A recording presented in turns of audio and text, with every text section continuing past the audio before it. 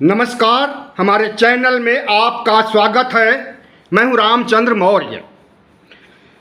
साथियों, 2024 अगर प्रधानमंत्री नरेंद्र मोदी जीत जाएंगे तो गारंटी है कि संविधान को बदल देंगे, लोकतंत्र को खत्म कर देंगे और हिंदू राष्ट्र स्थापित कर देंगे। इसके संकेत मिल रहे हैं, चौतरफा संकेत मिल रहे हैं। हिंदू राष्ट्र के नाम पर चौतरफा तिरंगा झंडा के साथ साथ हिंदू राष्ट्र का परचम फहराया जा रहा है। साधु संत सन्यासी मठाधीश सबके सब बयान जारी कर रहे हैं। शंकराचार्य जगत गुरु सबके सब बयान जारी कर रहे हैं कि हिंदू राष्ट्र बनाने का समय आ चुका है। और इतना ही नहीं, बल्कि प्रधानमंत्री कार्यालय में जो प्रधानमंत्री के सलाहकार हैं, आर्थिक सलाहकार, कई तरह के सलाहकार होते हैं, उन सलाहकारों का मुखिया विवेक देबराय, उसने 15 अगस्त के दिन मिंट अखबार में एक ऐसा लेख लिखा है जिससे लगता है कि संविधान जल्दी ही बदल दिया जाएगा। संविधान के मौलिक स्ट्रक्चर पर, संविधान पर प्रहार किया जाएगा और सिर्फ प्रहार ही नहीं, पूरा का पूरा संविधान बदल दिया जाएगा। उस संविधान को, जिस संविधान को बाबा साहब डॉक्टर भीमराव अंबेडकर ने और तमाम उनके सहयोगियों ने, ड्राफ्टिंग कमेटी के सदस्यों ने, संविधान सभा ने, जिसके मुखिया लाल बहादुर शास्त्री थे, मिल करके तैयार किया था, उस संविधान को आज ठेंगा दिखाने, उस संविधान को आज डस्टबिन में डालने, उस संविधान को आज नष्ट करने की बात चल रही है। और अगर यह बात प्रधानमंत्री कार्यालय से चल रही है, शुरू होती है, तो निश्चित रूप से विश्वास कीजिए कि अब बहुत कुछ बदलने वाला है। देश भगवामय होने वाला है। देश आरएसएस के एजेंडे के आधार पर चलने वाला है। आरएसएस जो कहेगा वही नरेंद्र मोदी करेंगे। और आरएसएस आज से नहीं चाहता कि संविधान बदला जाए। संविधान बनने के साथ ही आरएसएस इसका विरोध करने लगा था। और हिंदू राष्ट्र की बात है तो हिंदू राष्ट्र बनाने के लिए ही आरएसएस का गठन किया गया था 1925 में दशहरे के दिन। तो जिस घड़ी में संविधान बनकर के तैयार हुआ था, जिस घड़ी में संविधान लागू हुआ था, उसी समय से आरएसएस विरोध करता रहा है संविधान का।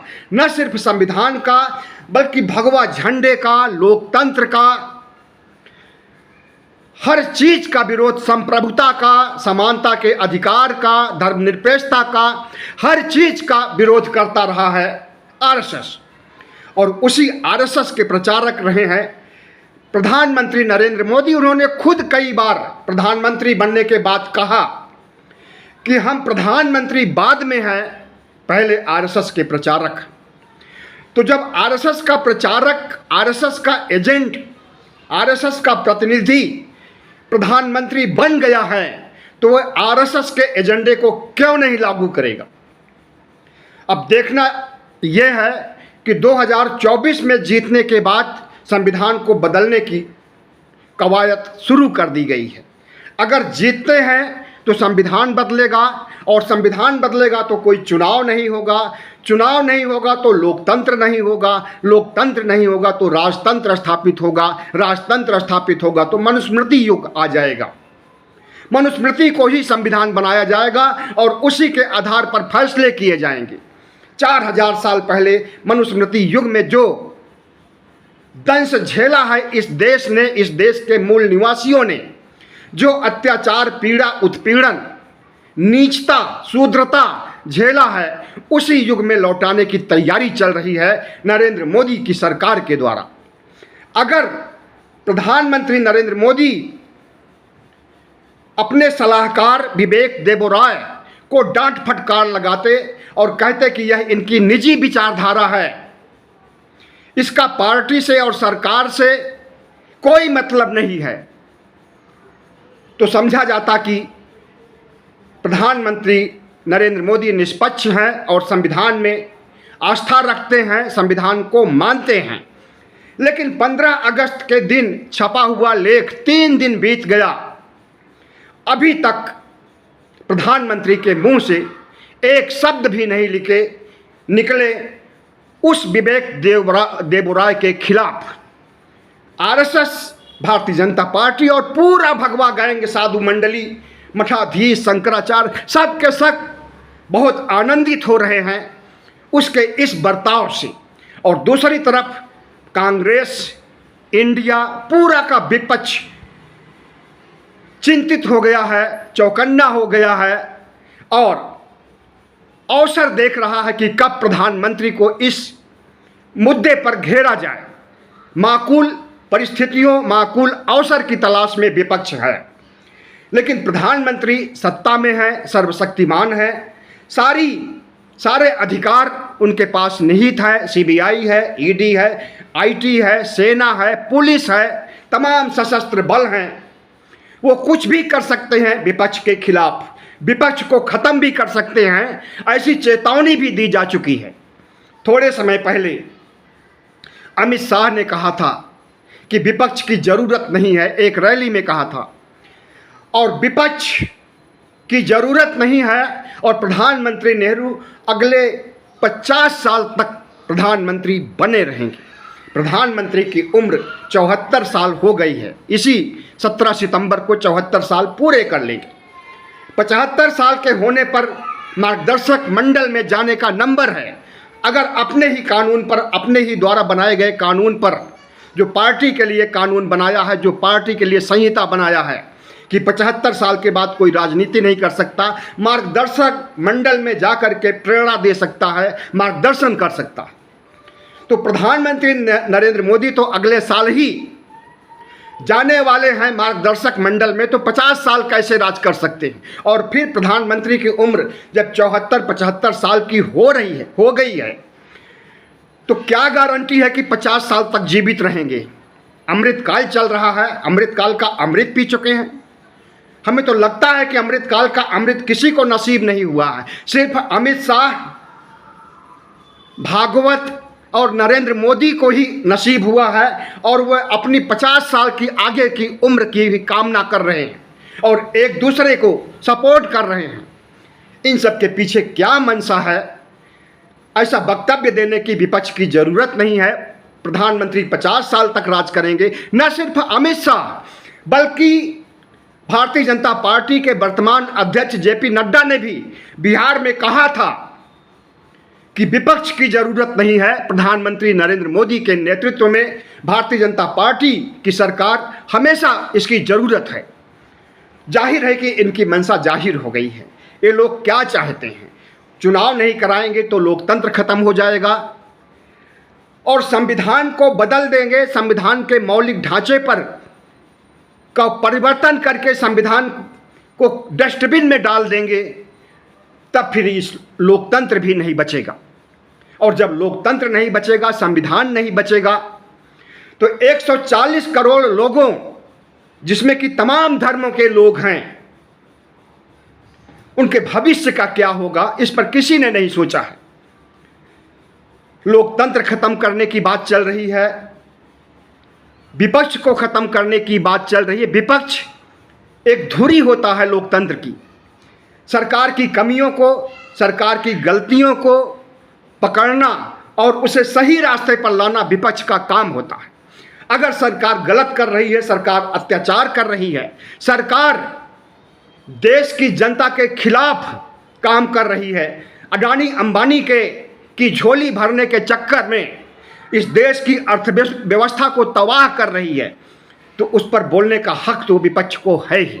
और जब राहुल गांधी अडानी के मामले पर संसद में प्रधानमंत्री नरेंद्र मोदी को घेरते हैं, तो सबसे पहले तो वो उनका भाषण का माइक बंद कर देते हैं, उसके बाद संसदीय कार्रवाई से भाषण को हटा दिया जाता है। एक जगह से नहीं, 18 जगहों से जहाँ जहाँ पर अडानी का नाम आया उसे हटा दिया गया। तो अगर विपक्ष लोकतंत्र बचाने की बात कर रहा है, संविधान को बचाने की बात कर रहा है, तो उसे दंडित किया जा रहा है। राहुल गांधी का क्या हश्र हुआ, इसे बताने की जरूरत नहीं है। संसद के पिछले अधिवेशन के बाद, पिछले से पिछले अधिवेशन के बाद जब अडानी को घेरा गया था तो राहुल गांधी के खिलाफ गुजरात में केस चलाया गया। वहाँ के लोअर कोर्ट, हाई कोर्ट में दंडित किया गया, फिर सुप्रीम कोर्ट ने उनके दंड को हटाया और उनका मकान तक छीन लिया गया, सांसदी तक छीन ली गई। लेकिन नरेंद्र मोदी और आरएसएस को मालूम होना चाहिए कि लोकतंत्र जब तक जिंदा है तब तक लोकतंत्र के खिलाफ, संविधान के खिलाफ, विपक्ष के खिलाफ अगर कोई कार्रवाई करेंगे तो उसके लिए सुप्रीम कोर्ट बैठा हुआ है। और जब तक, और सुप्रीम कोर्ट पर फिलहाल नवंबर 2025 तक आप कब्जा नहीं कर सकते हो, और नवंबर 2025 के पहले ही आपकी सरकार जाने वाली है। अगर आपकी सरकार नहीं गई तो नवंबर 2025 के बाद आप कुछ भी कर सकते हैं, निश्चित है। यह आपने सीबीआई, ईडी, आईटी जो एक स्वायत्त संस्था है उसको मुट्ठी में बंद कर लिया है, राष्ट्रपति के पद को कठपुतली बना दिया है, और इस देश की समस्त स्वायत्त संस्था, वो चाहे चुनाव आयोग हो, वो चाहे तमाम एजेंसियां हो, सब पर आपका कब्जा हो गया है। अपनी मर्जी से आप हर एक एजेंसियों के, हर एक संस्थाओं के प्रमुख को आप खुद बैठाना चाहते हैं। आपका बस चले तो आप ही सुप्रीम कोर्ट के मुख्य न्यायाधीश की भी नियुक्ति करें। लेकिन आपने मांग तो किया, कोलिजियम को हटाने की मांग तो किया, लेकिन कोलिजियम हट नहीं सका। अगर आपके हाथ में आ गया होता तो शायद आज chief justice DY Chandrachud chief justice नहीं होते, उन्हें आप रिटायर्ड कर दिए होते। तो इस देश में जो चल रहा है वो संविधान विरोधी है, और इस देश को आरएसएस के एजेंडे के आधार पर चलाया जा रहा है। और आरएसएस का एजेंडा सिर्फ ब्राह्मणों, क्षत्रियों और वैश्यों के लिए है, जो यूरेशिया से आए हुए हैं उनके लिए है। बाकी 140 करोड़ जनता से आरएसएस का कोई मतलब नहीं। अगर मतलब होता तो आरएसएस संविधान का विरोध नहीं करता।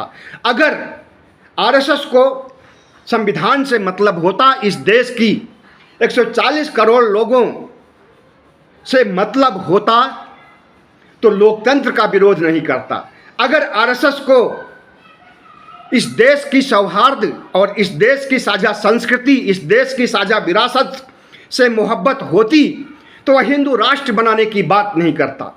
जितनी भी राजनीतिक, सांस्कृतिक बुराइयां हैं जिससे कि देश टूट सकता है, देश नष्ट हो सकता है, उन्हीं बुराइयों को आज उठाया गया है। और वो बुराइयां प्रधानमंत्री नरेंद्र मोदी के लिए भी आदर्श हो गई हैं, और आरएसएस के लिए, और इस देश के शंकराचार्य, जगत गुरु और तमाम मठाधीशों को भी वो बुराइयां आदर्श लग रही। ये लोग देश को सुरक्षित नहीं रहने देना चाहते हैं। ये लोग चाहते हैं कि जिस तरह से मनुस्मृति युग में ब्राह्मणों का राज कायम था, ब्राह्मणों की नियुक्ति करते थे, राजाओं की नियुक्ति ब्राह्मण करते थे, और ब्राह्मणों के इशारे पर शासन होता था, ब्राह्मणों के इशारे पर दंड दिया जाता था, ब्राह्मणों के इशारे पर पूरा सियासती, जो आज सियासत और राजनीति है, वह लोकतंत्र नहीं बल्कि राजतंत्रात्मक व्यवस्था थी, और राजतंत्रात्मक व्यवस्था पूरा ब्राह्मणों के इशारे पर घूमती थी। ये लोग उसी तरह से इस देश को बनाना चाहते हैं। दुनिया आगे बढ़ रही है, विज्ञान की तरफ बढ़ रही है, चंद्रयान और मंगल ग्रह और तमाम ग्रहों की तरफ बढ़ रही है। हमारा देश, भारतवर्ष 4000 साल पीछे की ओर जा रहा है। कहने के लिए तो चंद्रयान के लिए छोड़ा गया है, चंद्रयान 3, लेकिन दूसरी तरफ हमारे देश को से संविधान को नष्ट किया जा रहा है, लोकतंत्र को ख़त्म किया जा रहा है, इस देश की साझा संस्कृति को ख़त्म किया जा रहा है। इस देश में जितने भी अत्याचार ब्राह्मण संस्कृति के तहत आते हैं, ब्राह्मण धर्म में निहित हैं, हिंदू धर्म में निहित हैं, उसे थोपे जाने की शुरुआत की जा रही है। और उसे थोपने के लिए अगर संविधान रास्ते में आता है, लोकतंत्र सामने आता है, तो लोकतंत्र और संविधान सबको नष्ट कर दिया जाएगा। और उसी नष्ट करने की प्रक्रिया में ही प्रधानमंत्री कार्यालय के सलाहकार विवेक देबोराय लेख लिखते हैं कि संविधान औपनिवेशिक युग का है। उन्हें पता होना चाहिए कि आज़ादी के बाद 1950 में संविधान बन करके तैयार हुआ था और इस देश के लोगों ने बनाया था। इस देश के दलित, वंचित, पीड़ित डॉक्टर भीमराव अंबेडकर ने बनाया था। क्योंकि अंबेडकर ने बनाया था और वो दलितवादी थे और वो बहुजनों का कल्याण करना चाहते थे। उन्होंने समानता का अधिकार रखा, उन्होंने संप्रभुता रखा, उन्होंने कई ऐसे अधिकार दिए इस देश के 140 करोड़ लोगों और 85% बहुजनों को, जिससे कि आरएसएस खफा है। आरएसएस चाहता है कि वो शूद्र हैं, नीच हैं और हमेशा शूद्र और नीच और पिछड़े बने रहें, और जितने ब्राह्मण हैं, वैश्य हैं, क्षत्रिय हैं, ये तरक्की के बाद तरक्की करते जाएं। और उसकी यह सोच बहुत हद तक लागू भी है। अदालतों में 99% ब्राह्मण हैं, प्रशासन में, ब्यूरोक्रेसी में भी 80% से ज़्यादा ब्राह्मण हैं, विश्वविद्यालयों में 80% से ज़्यादा ब्राह्मण हैं। तो हर जगह ब्राह्मण बैठे हुए हैं, लेकिन चाहते हैं कि 80% नहीं, वो 100% हो जाएं। और इस देश के पिछड़े, दलित, आदिवासी एक भी न सत्ता में आ सके, न एमएलए बने, न एमपी बने, न आईएएस बने, न पीसीएस बने, न कलेक्टर बने। ऐसी सोच है आरएसएस की।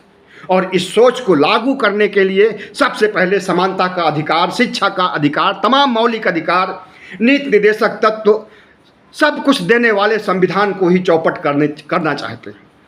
और न सिर्फ विवेक देबोराय की बात है, भारतीय जनता पार्टी के तमाम नेता भी भगवा संविधान की वकालत कर रहे हैं। कुछ समय पहले हरिद्वार में धर्म संसद हुआ था। उस धर्म संसद में भारतीय जनता पार्टी के नेता और सुप्रीम कोर्ट के वकील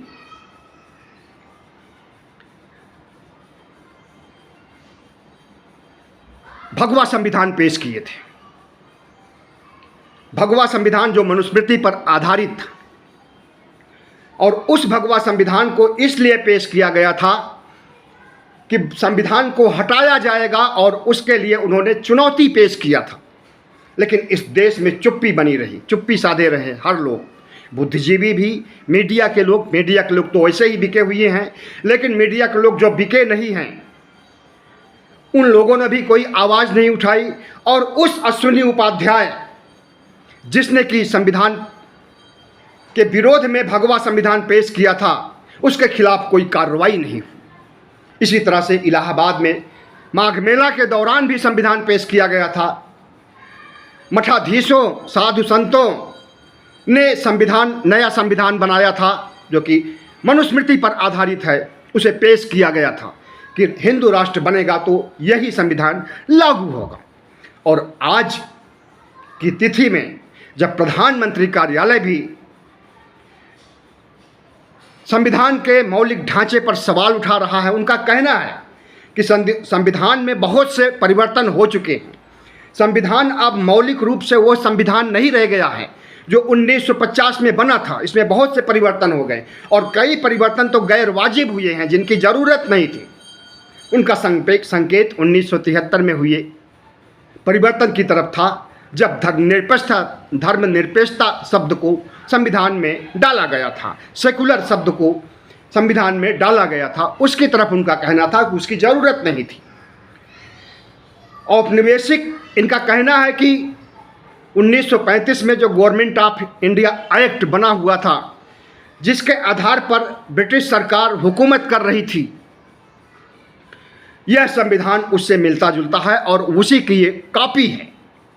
लेकिन नहीं, वो शायद भूल गए कि भारत का संविधान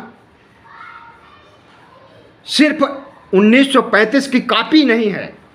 हो सकता है कुछ अच्छी बातें वहाँ से ली गई हों, लेकिन इसके साथ साथ दुनिया में जितने भी संविधान प्रजातांत्रिक देशों में लागू हैं, उन संविधानों का अध्ययन किया गया और भारतीय परिप्रेक्ष्य में किस तरह की संविधान की ज़रूरत है, ऐसे जैसे संविधान की ज़रूरत थी, उस चीज़ को बाबा साहब अम्बेडकर ने अच्छी तरह से परख लिया था। और उसके आधार पर उन्होंने संविधान बनाया। खास करके दलितों, पिछड़ों, बहुजनों, आदिवासियों के कल्याण की बात उसमें उन्होंने रखा और उसकी वकालत की। उन्होंने तो ऐसी अनुसूची भी बनाई है जिसके आधार पर यह कहा गया है कि जिस दिन से संविधान लागू होगा उस दिन से जितने भी पहले धार्मिक संविधान थे, धार्मिक ग्रंथ थे, वे अवैध घोषित कर दिए जाएंगे, उनकी ज़रूरत नहीं पड़ेगी। इस बात से आरएसएस खौफ खाया हुआ है। इस बात से कि बाबा साहब अंबेडकर ने क्यों दलितों का उद्धार किया संविधान के माध्यम से, क्यों आदिवासियों को बढ़ावा दिया, क्यों मुसलमानों को भी हिंदुओं के बराबर अधिकार दिया। संविधान में मताधिकार का अधिकार सबको है, वो चाहे मुस्लिम हो, हिंदू हो, शिक्षित हो, अशिक्षित हो, आईएएस हो, राष्ट्रपति हो, प्रधानमंत्री हो, एमपी हो, कुछ भी हो। जितना एक गरीब के वोट का वैल्यू होगा उतना ही एक प्रधानमंत्री और सांसद के वोट का वैल्यू होगा। यही चीज़ चुभ रही है आरएसएस को और आरएसएस के प्रचारक प्रधानमंत्री नरेंद्र मोदी को। वो नहीं चाहते हैं कि सबको समानता का अधिकार मिले, वो नहीं चाहते हैं कि सबको शिक्षा का अधिकार मिले, वो नहीं चाहते हैं कि इस देश के 85% बहुजन समाज के लोगों का कल्याण हो, पिछड़ों का कल्याण हो। उनकी न चाहत का एक और ताज़ा तरीन उदाहरण देखिए। पिछड़ी जातियों की जनगणना आज तक नहीं हुई है। सोशियो इकोनॉमिक बेसिस पर 2011 में जनगणना हुई थी, उसको दबा लिया, उसे प्रेस में दिया ही नहीं, सार्वजनिक किया ही नहीं। उस आंकड़े पर प्रधानमंत्री नरेंद्र मोदी कुंडली मार करके बैठ गए और जब उनसे मांग किया गया कि ओबीसी की जनगणना कराई जाए तो उन्होंने सिरे से नकार दिया, क्योंकि आरएसएस नहीं चाहता है कि ओबीसी की जनगणना हो। अगर जनगणना होगी, ओबीसी की हकीकत का पता चलेगा कि कितने फीसदी ओबीसी हैं इस देश में, तो उतना ही अधिकार देना पड़ेगा। और जब उन्हें अधिकार देना पड़ेगा तो आरक्षण बढ़ाना पड़ेगा, और नहीं चाहते हैं कि आरक्षण बढ़ाया जाए। इसलिए प्रधानमंत्री नरेंद्र मोदी का मंसूबा तो पहले से ही पता था कि वे जो कहते हैं वो करते नहीं हैं। पहले कहा करते थे सबका साथ सबका विकास, आजकल कह रहे हैं, उसको भुला दिया। आजकल कह रहे हैं सर्वजन हिताय सर्वजन सुखाय। प्रधानमंत्री नरेंद्र मोदी जो नारा एक बार देते हैं दूसरी बार उसे भूल जाते हैं। आज प्रधानमंत्री नरेंद्र मोदी के शब्द बदले हुए हैं और ऐसे ऐसे लोक लुभावन चीज़ें ला रहे हैं कि 2047 तक जब आज़ादी के 100 साल पूरे होंगे तब तक भारत विकसित देश हो जाएगा। और 2024 में जब हमारी सरकार आएगी तो हम अपनी इकोनॉमी को दुनिया की तीसरी इकोनॉमी बना देंगे। अभी 5वीं इकोनॉमी है, कांग्रेस के समय में 10वीं इकोनॉमी थी। तो प्रधानमंत्री नरेंद्र मोदी जिस तरह की बातें करते हैं और जो कुछ कहते हैं उसका उल्टा अर्थ लगाना चाहिए। अगर ये कहते हैं कि सर्वजन हिताय सर्वजन सुखाय तो गलत है, ये ऐसा नहीं करेंगे। ये वही करेंगे ब्राह्मणों का सुखाय, क्षत्रियों का सुखाय, वैश्यों का सुखाय, अडानी अंबानी का सुखाय। करना तो वो है, लेकिन वोट पाने के लिए, चुनाव जीतने के लिए सर्वजन हिताय सर्वजन सुखाय की बात कर। पहले कहते थे मित्रों, दोस्तों, भाइयों बहनों, आजकल कहते हैं परिवारजनों। एक तरफ कांग्रेस को परिवारवाद के नाम पर घेरते हैं और दूसरी तरफ खुद परिवारवाद को आगे बढ़ा रहे हैं और परिवारजनों की घोषणा कर रहे हैं। तो जितना कुछ हो रहा है, जो भी अवैधानिक, असंवैधानिक, अलोकतांत्रिक घटनाएं हो रही हैं, इस पर चौकन्ना रहने की ज़रूरत है इस देश के नागरिकों को, खास करके बुद्धिजीवियों को, संवेदनशील लोगों को और विपक्ष को। वरना प्रधानमंत्री नरेंद्र मोदी आरएसएस का एजेंडा लागू करने के चक्कर में इस देश के भविष्य के साथ खिलवाड़ करेंगे, इस देश के संविधान को चौपट कर देंगे, इस देश के लोकतंत्र को ख़त्म कर देंगे और इस देश की साझा संस्कृति, साझी विरासत को ख़त्म कर देंगे। बहुत बहुत धन्यवाद। हमारे चैनल को सब्सक्राइब कीजिएगा, लाइक कीजिएगा और शेयर कीजिएगा ताकि हमारी आवाज़ दूर दूर तक जा सके।